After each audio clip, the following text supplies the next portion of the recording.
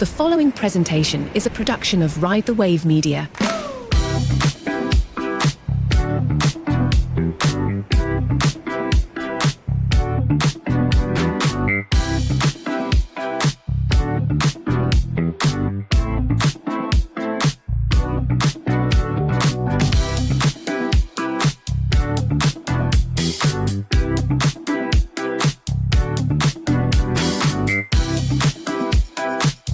You're listening to the Best Birth Podcast. Today I'm here with Jody Moore of Better Than Happy. Welcome, Jody.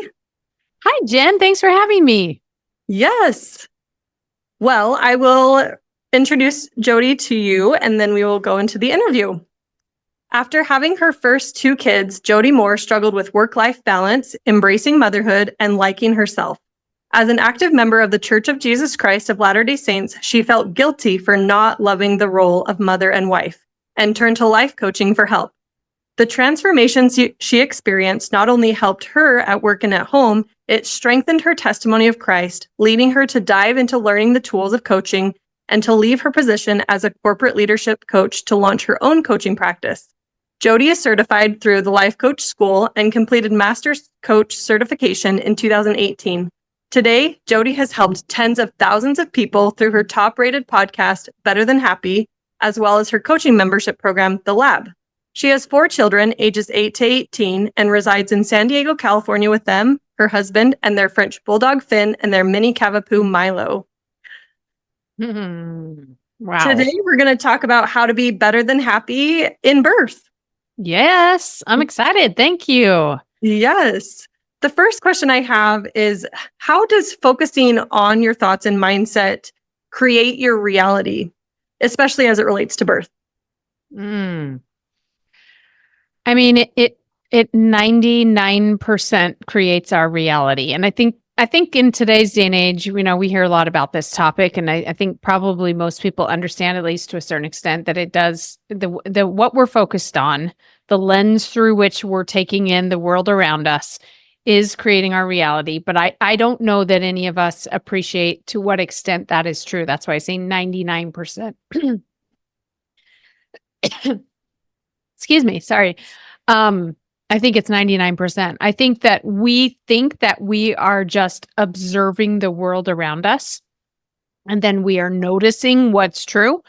But what we are doing is noticing things that support what we believe is true. So I think that it's mind-blowing how much it impacts us, and through a birth experience as well, right? That's not to say that there aren't a lot of factors that are somewhat outside of our control, but the way we experience any of those factors, and even some of what happens biologically, is a result of what's happening in our minds, which is awesome and terrifying. Right? And I feel like we know that and we've heard that, but the system is still a little backwards in, let's give you a diagnosis or let's give you treatment. Let's do all of this when maybe we should be beginning with our minds and just the power that's there. As we've done this podcast, I've learned so much about catching your mind up to your body, because your body was made to birth, your body was made to do hard things, and then it's just catching your brain up to help you do that. Yeah, that's right. I mean, it's like, I think the most obvious example is how so commonly when somebody is struggling with infertility and then decides to adopt a baby, it's so common that they then get pregnant, right? And it's because, and in large part anyway, I believe, because of what changes in their mind. They go from worrying about and believing that they're not going to have a baby to believing that they are going to have a baby and being excited. And that's when the body is then able to do what we're designed to do in having babies. But even if it's not something quite that extreme, I had my last baby when I was 41 years old. And so I was of advanced maternal age, as they say, right? And I felt that in my body. And I was also worried a little bit about whether or not this baby was going to be okay, and was I going to be okay? And I remember just someone giving me a thought, right? A friend of mine giving me a thought. She said, I just remind myself, my body knows what to do. My body knows what to do. And that doesn't mean that there can't be problems or complications or any of that, right? But just every time my brain wanted to go to what if this goes wrong? What if that goes wrong? What if, all the what ifs, I would just answer it with my body knows what to do. And so sometimes even just understanding on a very simple level like that can give us a lot of peace. So true. I love that adoption example because it's so true that once you are in a better headspace, things often do work out. I am wanting to attempt a VBAC with my next child. And so I've been working on the mindset and the tools. And I do feel like I'm in a much better place than I would have been had I attempted it before. But it comes with knowledge and experience and just really getting yourself to that right place. So you mentioned that thought that your friend gave you. Are there any other tools that we can do to strengthen our mindset and our thoughts? Yeah, it is a practice just like anything else, right? So you can just like strengthening our muscles or strengthening our hearts or our lungs comes through like repetitive exercise, strengthening your mindset and your ability to redirect your brain somewhere and even just sort of your capacity to discover what would be useful thoughts. And I want to be really clear. I'm not just talking about thinking positively all the time. Sometimes, especially when we're talking about a situation like a birth, for some people in some circumstances, it's helpful to think a thought like everything's going to work out and this is going to be fine. Or like I said, my body knows what to do. But other times I find it's useful to think a thought like, it might not work out. This might not go how I hope it will go. And that would be okay. And I'm willing to try anyway. And yes, there would be pain and suffering and emotions possibly, right, on the other side of that, but I'll be okay. And so it's really personal. I just want to make sure and say that we're not here, neither Jen nor I is here to say this is the best way to think about it, but simply to know that you do have the power to think about it, and it really just comes through practice. That's such a great reminder because I've also considered that side of things. If a VBAC doesn't work out, then it's okay if I do have another C-section, and just trying not to get so set on outcomes, but really just our mindset along the way. So that was so helpful. Yeah. What about when you did transition from your corporate job? Mm-hmm. What was your mindset shifts there? And when you felt you weren't fulfilled in motherhood, walk us through that time of your life. Yeah. So, I mean, my first two kiddos were like 15 months apart, and that was not intentional. And so I found myself very overwhelmed with having two little ones and not very much money and not enough time or sleep. And, in that phase of life, it was much harder for me than I anticipated it was going to be. And then, like you read in my bio, I felt really guilty about that because I knew that I was really fortunate and blessed that I had two great, healthy kids and a great husband. And like, I felt like I don't have any reason to be so struggling and dissatisfied with my life because this is what I want. But I really was struggling and dissatisfied. And so for me, that was an odd place to be. It wasn't like I needed a therapist. I actually did try going to a therapist, but they were like, well, I mean, they couldn't diagnose me as having anything wrong because I didn't have a mental illness or anything like that, right? And even I couldn't point to anything in my life that was wrong. I was just like, this is really hard. And anyways, so through coaching, I discovered this power of mindset, right? This like, wait a second. It's natural and healthy that as human beings, we tend towards negativity. We tend to notice our deficiencies and compare our lives and look where we're falling short. And like all of the things that were happening for me were normal and understandable, but also optional. And again, not just my observation of my life and how hard it is to have two little babies and all of this, and not serving me. And so to me, that was like, so mind-blowing that I couldn't stop talking about it to everyone around me. Like I couldn't shut up about all the things I was learning and how empowering it was. And so, I was thinking as you were reading my bio, I'm like, I need to edit that so it's more clear. I actually got laid off from my corporate job. And so it was like the universe or God or somebody forced me to leave it. I didn't just go, you know what? I'm done with this. I'm going to be a coach. I got laid off at the same time I was really becoming empowered around all these coaching tools. And so it was sort of a natural evolution into starting the business that I did. And I'm so grateful today because I love it so much and it's helped a lot of people. So I love those thoughts that you get to share and hear from other people. One that I heard on a podcast was that the woman loved her children, but she didn't love motherhood.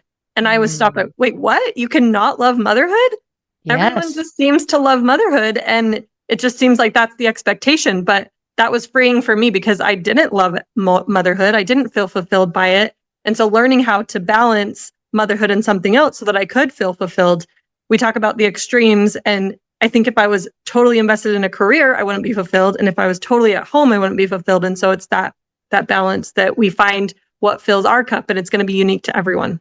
That's so good. I can totally relate to that. I also remember, and I coach women a lot of times who feel guilty that they want to be spending time and playing with their toddlers or whatever, but they don't enjoy that. I'm like, of course not. Of course you don't enjoy playing trucks on the floor or whatever. And it's the same thing like you're saying, Jen, to like for somebody to give you permission that you're allowed to, you don't have to make that mean that you're a terrible mom, that you don't love your kids. And you don't even have to not do it. If you could be willing to do it, but let yourself not enjoy it or not do it. Like it's just so freeing to realize, wait a second, this is just not so simple and black and white as we want to make things. It's complicated and personal and dynamic. And beating yourself up and feeling bad about things, there's no upside to that. There's really not. I was just on a coaching call this morning though, and somebody's like, well, how do I stop beating myself up? I feel like I don't deserve to feel good. Or if I drop the ball in some way, or I yell at my children, or I whatever, then I should feel guilty about that. And what I showed them is like, just take a look at how that's working for you. It never motivates us to be better to tell ourselves that we're terrible. It really doesn't. We might get a temporary surge of positive action, but we won't get the long-term result that we want. If we want to be better and feel better and do better, we have to think better and feel better. That's it. Yes. It sounds more like, hey, what's going on? It just seems like we're struggling today. That's okay. What's that about? What do you need? How can I help you? I love you. You're good. That wasn't you at your best, but you're still good. How do we help you become who you want to be? It sounds so simple when you say it out loud. You're like, oh yeah, that's what I would say to another person. That's just not what I say to myself. Yeah. So anyway, a lot more compassionate. Yes, for sure. Yeah. A lot of our listeners are first-time moms. Some, of course, are just seeking more child or birth education. But what impact does this have as we go into parenting? I know I went into parenting sort of trying to tell myself that I would hold on to my identity because I'd seen other moms be empty nesters and not have anything to work on. Well, as far as a mindset mentality, what would you say to new parents? Yeah, that's a good question. I think I would say to just give yourself a lot of compassion and grace for however you feel. I think it's easy to think that there's a right way to feel, right? Because maybe the majority of people feel a certain way, for example, when they hold that new baby and just this outpouring of love, but maybe you don't feel that right away. And it's tempting to go, what's wrong with me? And the answer is nothing. Nothing's wrong with you. And that'll be true when you have a newborn. That'll be true when you have toddlers and when you have teenagers, and you'll go, wait, everybody can't stand toddlers, but I really like them. What's wrong with me? Nothing. I was just on a call and I was talking about that I'm taking my firstborn to college this weekend for the first time, right? So my first time having a kid leave the house, and how I anticipate that I'm already sad and heartbroken that we're at that point. And somebody said to me, I took my kids to college last year and I didn't feel sad. What's wrong with me? We're constantly thinking that if we don't feel the way somebody else feels, something's wrong. And I just, there's no upside to that. There's nothing wrong with you. And maybe you have something like, I think chemical and hormonal imbalances are real, and postpartum depression is real, and all of that. Like you might need some help, but overall, your experience is just your brain thinking thoughts, and your thoughts are creating your feelings. So if I If I feel sad when I take my kid to college, it's because I'm thinking I'm going to miss him. I'm so sad. And if I don't, I might be thinking this is a really good thing for him. And we are probably going to get along better now that we don't live in the same house. And that's okay too.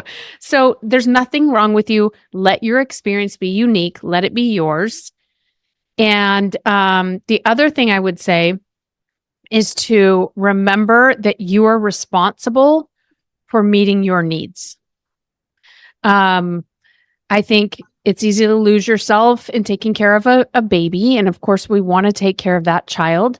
But you have to take care of your own needs. No one else is going to do it. Well, occasionally someone will come along and do something nice and it'll fulfill a need, but you don't want to be dependent on other people, even your spouse, to meet your needs. It's your job. And you may communicate with a spouse. Hey, it would be really helpful if you could help in this way, or if you could, whatever. You can communicate your needs, but ultimately you're the one responsible. And that's a beautiful thing. It's not selfish. It's not too bad that we have to do it. I think it's the best thing because we're the best ones also at knowing how to do it. So those are such good points. I love that you mentioned in the first one that there's no right way. We've tried to iterate that over and over in this podcast, that the best birth is going to be your best birth. It's going to look different for you. It's not that there's one right way to have a birth. It's just what is the best birth for you and how can you create that? And then your second one, to meet your needs. Oh, that is so great. I think we can't hear that enough. I remember in an interview past with you, we talked about love languages and how, we can't expect other people to love us a certain way. We just accept the love that comes. It's a cherry on top, and we love ourselves and meet our needs first. And then whatever everyone else does is up to them, but we don't rely on it or become dependent on it, as you said. yeah, totally. I will not get off that soapbox any day soon. It's so good. Yes. Okay. And then shifting gears a little bit, you were diagnosed with gestational diabetes and you became pre-diabetic. Yep. And then you reversed that, right? Yeah, I have. And I still have to focus on it. But yeah, I've been, I don't know, I think as for a very long time, even before I was pregnant, having babies, I think I've had issues with blood sugar up and downs, probably from eating a lot of licorice growing up and Diet Coke. I don't know. Anyway, yeah, once I have 4 children, and with 3 of those pregnancies, I had gestational diabetes. And they do say that once you are diagnosed with gestational diabetes, you have a pretty high, even higher likelihood of developing type 2 diabetes later in life. So it's always kind of been on my radar as something that I needed to pay attention to, but also really challenging for me. I really like sugar and sweets and eating whatever I want. So I'm going to be 50 this year. And last year I had some just kind of routine blood work done at the doctor. And he said, you're pre-diabetic. My fasting glucose came back pre-diabetic. And I was already kind of in the middle of really focusing on my health, losing a little bit of weight, just like changing my eating habits a little bit. And he said, I think we should talk about putting you on metformin, which I think I'm not here to say people shouldn't go on metformin or whatever, do whatever they want to help. I just said, give me 3 months. I want to try the changes I've made in my diet and my routine. And so he's like, okay. And at the end of 3 months, my A1C came back normal. So that's pretty exciting. I will just say to anybody experiencing gestational diabetes, or if you ever do, or maybe you have in the past, I do think that the information, at least that I was given by the medical industry, is limited. It's not wrong. It just felt very and I don't blame them. I think they have to get to a lot of people and they don't have a lot of time, but there's a lot that you can do to help heal your own body and to reverse that insulin resistance. And you're not destined to get type 2 diabetes. I really wish that someone would have told me that. And that with simple changes, and I still do eat sweets and things at times. So you don't have to be extreme about it.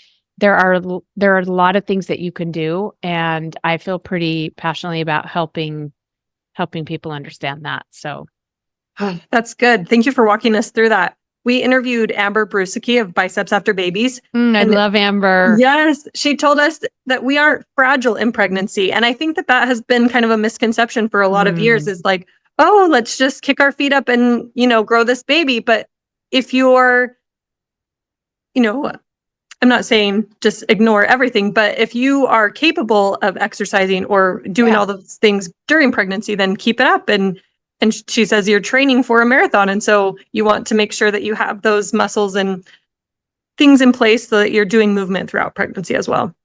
It's so good. Yeah, it's true. I mean, our bodies are amazingly capable.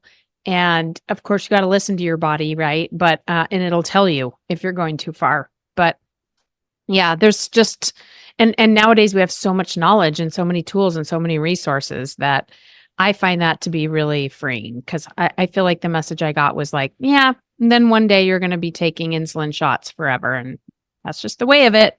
And that doesn't have to be the way of it. Yes, so true. Well, let's talk about body and mind for a minute. And how does the way we see ourselves impact how we parent or how we show up in the world? Oh my gosh, so much. Again, it's good news and frightening news to me. So biologically, we are very wrapped up in our children's success, right? Which makes sense, because in order for our species to thrive and continue on, then we've got to protect our young. We got to keep them alive and allow them to thrive. So there's literally this biological component that says, protect them. This is like the mama bear in us, right? The ones like nobody can hurt them or including hurting their feelings. They shouldn't be left out of anything. I'm constantly trying to feed my children. Like, are you hungry? I have this fear that they're going to get hungry. And that's a lot of that is biological, right? That if I were a mama bear, literally, I would be making sure my bear cubs weren't hungry and trying to protect them. And so a big component of it is just natural and innate. But what happens is, because our brains are so advanced, we have this prefrontal cortex, we take that sometimes to a not helpful extreme. And it tends to look like letting my own self-worth as a woman and as a mom be dependent on how my kids are doing. So if my kid is struggling, making bad choices, or unhappy, or what have you, I make that mean that I'm not a good mom, I'm not doing a good job. And that's dangerous territory, because what happens inevitably is, rather than doing my best parenting, I become manipulative and controlling of the child. And this is what we see a lot, is we tell ourselves like, no, I just want to help my, let's say, teenager, for example. No, I just want him to do well in school because that'll be so good for his future. But if he doesn't want to do well in school, and I'm doing everything I can to get him to do well, but I can't ultimately make him, and I'm making that mean that I'm not a good mom, or that other people are going to think I'm not a good mom. What other people think of me, right, plays a role. Then I start trying to control the child, and it just usually always backfires. It puts distance in our relationships with our kids, makes us crazy, makes them crazy. And so it's not a win. So overall, one of the most important things I think that we can do as parents and as moms is to work on loving ourselves unconditionally, validating ourselves, being confident, remembering that we do both a great job as moms and a terrible job. And it's okay. That's the way of it. I have a t-shirt that says "World's Okayest Mom," because I can't believe I'm such a great mom, but I can believe I'm a great mom in some ways on some days, and I'm not a great mom other ways and other days. And that's okay. That's the way of it. And I will keep trying my best, and my best will be great and sometimes not great. So from that place, then I can parent my child without my own agenda of trying to feel good about myself. I can still hold my kids accountable when I feel it would serve them best. I can still offer them guidance and have rules or whatever, but not so that I can feel better, only because that's genuinely what I think would be best for them. And so that's the ideal, and that can take some time, but that's what we're aiming for. I love that. I love turning it back on us, because it is really within our control to love ourselves. And it's not within our control to have our children make choices. And as we separate ourselves from that, we'll feel better, they'll feel better, no controlling. You'd say all the time, I wish we could control people, but until we figure out a way, this is the way. That's right. Turns out we're not supposed to, I don't think. So, Right. So true. Well, we've talked about biology and psychology a little bit. How can this, okay, sorry. That's okay. How can this shape our emotional experience, especially during childbirth or other intense emotions? Yeah.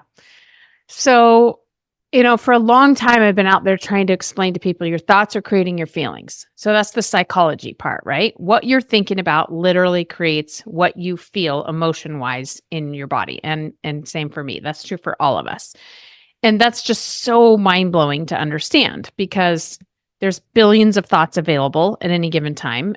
And you are allowed to feel any emotion you want to in any situation. But lately, I've started adding this component where I remind people that there is also biology, right? Psychology being your thoughts, biology being chemistry in your body, physiology of your body. And especially during pregnancy, right? Our hormones are changing in childbirth. Hormones are changing. And so sometimes we're just grumpier for no reason, or we're worried or anxious or whatever. And that can be hormonal.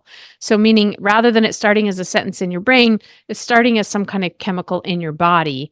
And then it may turn into thoughts and you might find yourself spinning in worry or things like that. But it started in the body instead of starting in the mind. And that's real. And ideally, we want to address the appropriate problem with the appropriate solution. But I guess I just want to be clear that working with a doctor or a clinical expert can be really helpful and valuable in some circumstances. What's always helpful and valuable to everyone is paying attention to the psychology.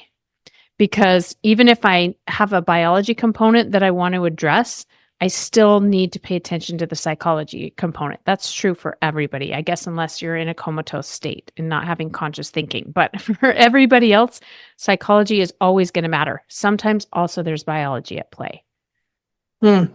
Yes, that's a good distinction and a good foundation to see how they're connected. It's fascinating to see, kind of going back to what we were talking about at the beginning, different studies where people have used their mind to influence their biology. And I remember one study that I read about where these men were tested at their current age, and then they were taken to this place and said, okay, you're going to act for this week as if you are 10 years younger. And they brought their old work badges, they wore clothes that they would have worn then. And at the end of a week, they tested them and they really did measure in so many different areas that they were younger and in better health. So it's just fascinating that they do play a part. And like you said, we can always work on our mind. And even the most skeptical of persons saying that they don't believe in that stuff, it's woo-woo or whatever. There is the placebo effect, right? In every medical study, they have to have a placebo sample as well because of the power of your mind. If you think you're taking a pill that's going to help your body, the odds of your body improving go up significantly. So yeah, it's just fascinating. Oof. As a mother, how have you taught these tools to your children? I don't know if I've done it well, to be honest. I always think that first and foremost, my job is just to understand it and live it because I'm modeling it without realizing it. They're watching us and they're picking up in little subtle ways on the way that we respond to the world around us, to the way we think about ourselves and treat ourselves, and just in little subtle changes in our tone, etc. And so that is the primary way that I have tried to teach it to my children. But I also do let this inform the way I speak to them. So I don't ever just start coaching my kids, and I don't, tell them you shouldn't think that, that's not a good thought, or anything really direct and over the head like that. What I do instead is, again, if one of them is talking about a situation where they're struggling, maybe with friends or what have you, occasionally when appropriate, after empathy and compassion, I might say something like, how do you feel when you think about it that way? Because sometimes for me in a situation like that, I prefer to think this, and I find that to be really helpful. So, offering little tidbits as well as sharing my own examples, especially as my kids have gotten older. With my teenagers, I'll share with them a story about what I remember when I was moving and I was really scared to leave my friends and go to a new place. And a friend said to me, "You're a great person and you'll attract good people because you're good." And it just gave me such peace to think that. So I'm in a subtle way showing them that I felt peace because of what I was thinking.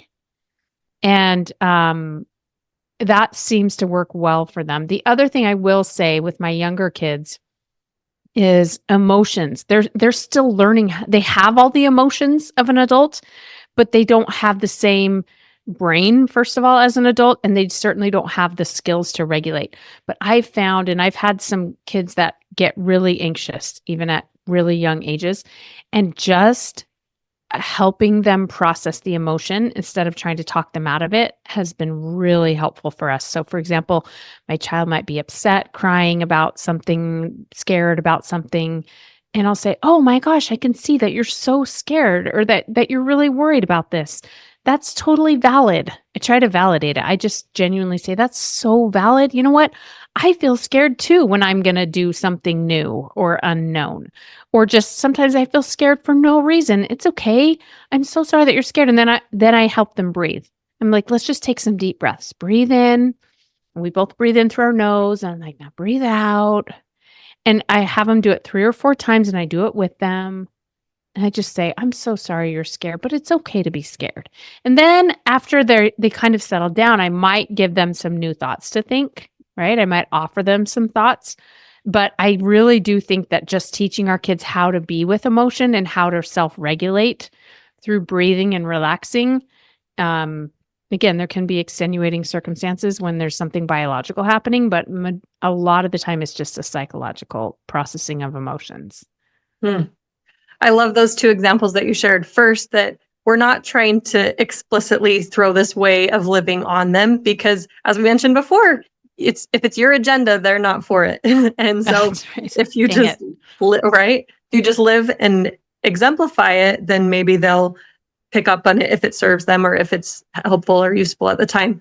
And then secondly, to just help them navigate through their emotions and recognize and name them and feel them. So Yeah. great. I feel like we are making gains in the right direction with emotional parenting and all of those things that maybe our parents didn't know when we were being raised.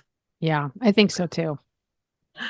Well, thank you, Jody. I would have loved this interview with you. We usually share resources at the end. Are there resources that you would like to share with our listeners about coaching and thought work and help us to prepare those brains for pregnancy? Also share your website too. Okay, thanks.